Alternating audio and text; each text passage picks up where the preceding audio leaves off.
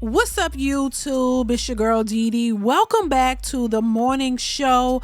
I'm your host, DeeDee. What's going on? I hope you guys are doing well. Thank y'all so much for joining me this morning. I want to talk briefly about the whole Sean Diddy Combs trial.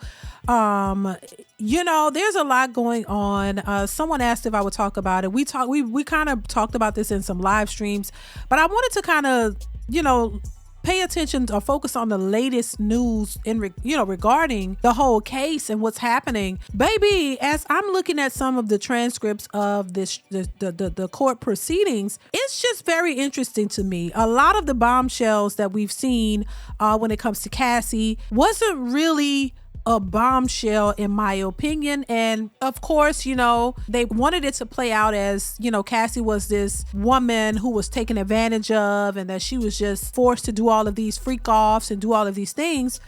But that's not really what we came away with as it relates to the court proceedings and her testimony. It came out seeming like it was more of her being complicit. The fact that she was actually, setting up for the freak offs and, she was actually a part of it. It didn't seem like this young woman who was just forced down and forced to do everything. And it was totally out of her control. It sounds like she may have had a lot of control in the situation and that it was by her own doing, that nobody seemed to force her into things. Now, I know they said on occasions where they tried to make it seem like that, but I don't know. I've got more of her being complicit and rolling with the punches. Now, maybe some could argue that, she was young at the time and whatever, but she still had a choice to do it or not.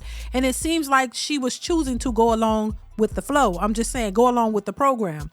Now, that still to me is no excuse for what we've seen on tape as it relates to how Diddy treated this woman, how he dragged her and hit her and kicked her and things of that nature. I don't think that the violence is condoned in any way, shape, or form. But once again, it doesn't seem like nobody was held against their will, that they had the opportunities to leave if they wanted to. But apparently the people involved didn't seem to want to leave. Now, some of the latest on this whole situation is the Jane Doe, allegedly is 50 Cent's baby mama, who was recently giving her testimony, and she was claiming, she was also speaking on what happened and gave a little bit of her emotional testimony of what she experienced with Sean Diddy Combs. And they're saying that, she described a violent fight which happened just last year between them, that she said she punched him and he allegedly held her in a chokehold until she couldn't breathe. Now, this supposedly happened last year. She claims a fight happened where she punched him. So she punched him and he defended himself, but he choked her until she couldn't breathe. So one could argue, why would you punch him? Or some could argue that his response was to you punching him. Some could argue that. Some could say you didn't have to do that. But did she have to punch him? And what was the magnitude of the fight? And what was the basis of the fight? What happened? So she is described as his ex-girlfriend at the time, and she's testifying under Jane Doe, but we all know who she is. They're saying she gave the details of this brutal altercation and it all starts with something she did first. She threw candles at him and called him disgusting, and then he allegedly kicked and choked her in response. So for every action, there's a reaction, right? So it goes on to say, while Jane admitted to the fight, she's denied some arguments from Combs' attorneys. That includes questions about whether she freely participated in and even encouraged alleged sexual performances during her on and off relationship with Combs. This is similar to the Cassie situation, where they actually orchestrated certain things and participated in it freely, that nobody held you down and forced you to do it. The article goes on to say, on June 11th, Jane was asked to explain messages from the Grammy-winning rapper that appeared to give his then girlfriend options when it came to their hotel nights or sexual encounters Combs allegedly orchestrated between Jane and various sex workers. So it seems like they're saying he gave her an option. He gave her an out. Hey, do you want to do it or not? Because if not, okay, we're going to keep it moving because we got a whole bunch of other people who will be willing to do it too. She goes on to say that she was adapting to the circumstances and the environment and adjusting to the pressures of her lover. It doesn't seem like it was a pressure if he gave you an option. She also told the court, responding to messages where she agreed to the tapes and the acts. And she says, I was going along with something I really didn't feel I could say no to.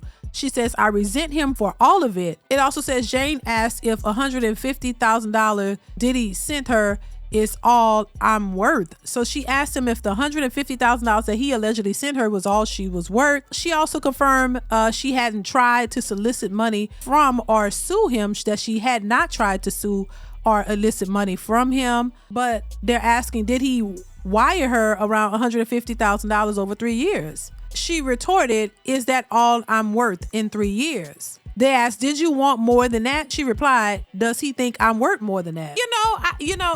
And people, there's not more that I could actually say about this case. I mean, I can always give my opinion, but the thing about it is, it doesn't seem like these women were held against their will. And I don't think that this is probably going to be an unpopular opinion, but just listen to what they're saying. It all seems like it's a money thing. They want money, and they were willing to participate in these so-called freak offs to get what they wanted. It doesn't seem like anybody was held against their will. It doesn't seem like this was forced upon them. In fact, there's audio of him asking, hey, what are you doing? And giving you the option that if you want to rock with this, if you want to do this, we can do it. If you don't, you don't have to. So it seems like it was a money thing. And honestly, in a lot of these cases, it is. It always ends up being about the money. And a lot of these women don't want to say it, but at the end of the day, for you to ask if you're worth $150,000, who determines that? What are you doing to feel that you're worth that amount of money or more? So there must be some type of something you agreed to do to ask the question whether you think, she's worth $150,000 or more. What would warrant you to ask that question if you're not willing to do something? So maybe there's some things that you participated in that you feel like was worth more than that, and you're mad because you didn't get it. So this is something that happens often in Hollywood with a lot of celebrities, where a lot of these women go into these situations knowing that it's a transactional situationship, but when they don't get what they want out of it, then they want to claim that there's some type of violence or some type of abuse happening, when actuality it was you doing what you wanted to do, or what that person wanted you to do, in exchange for something. And they don't want to say it, so they get pissed off about it, and now they want to sue, they want to take you to court, and they want to make it seem like it was something other than what it actually was. So I'm reading this article, and they're saying earlier in the day, as more of Jane's and Combs' communications were read to the court, one message from the rapper sent to an ex-worker indicated he was looking for someone to convince Jane to do a hotel night. After Jane had texted Combs to turn down a night of sex, it says, I know what you want, baby, but I'm not really in the mood for that part. I don't want to make you mad, she wrote. Combs seemingly text the male escort, I'm gonna need you to persuade her. If she heard from you, we're in.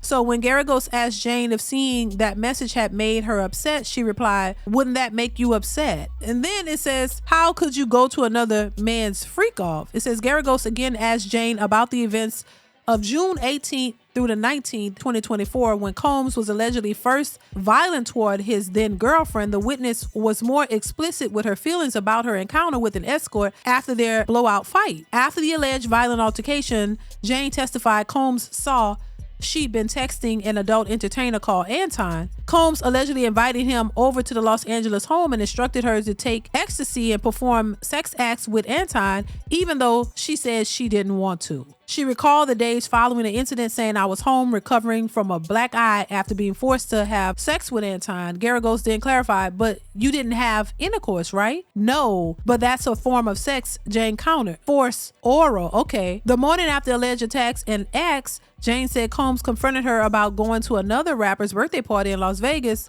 months earlier.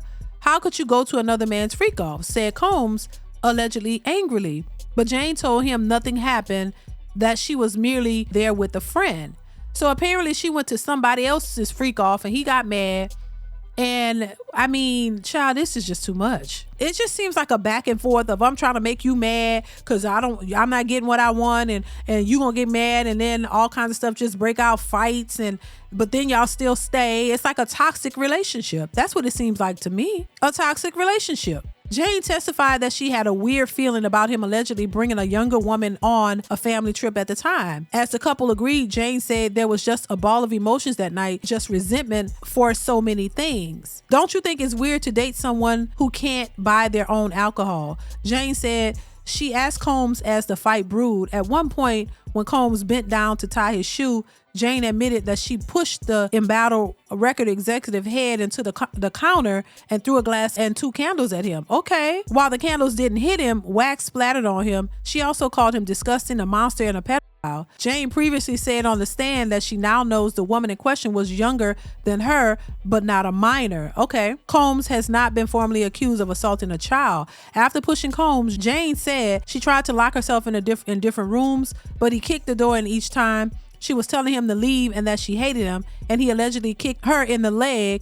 She fell, but Combs allegedly lifted her into a chokehold until she couldn't breathe. But baby, okay, so everybody is going to be upset about him doing that, but she admitted to pushing his head into the counter and throwing glass and candles at him. So it seems like if he was violent, so was she. I'm just saying, and I'm not excusing Diddy because we've seen how violent he could get, but what I'm saying is these women aren't innocent. The women have to take accountability too. You can't just blame it. It's just a sympathy party where you want everybody to look at him as the villain, which I think he is the villain in some cases, but in some cases, I don't think so. I think because if you entangle with this type of stuff, you're getting paid to do these things and you do them. And then when you decide you don't want to do them, you claim the victim. So I guess we're going to see more from this case, y'all. I haven't really been focused on the Diddy case because once you heard one, you heard them all.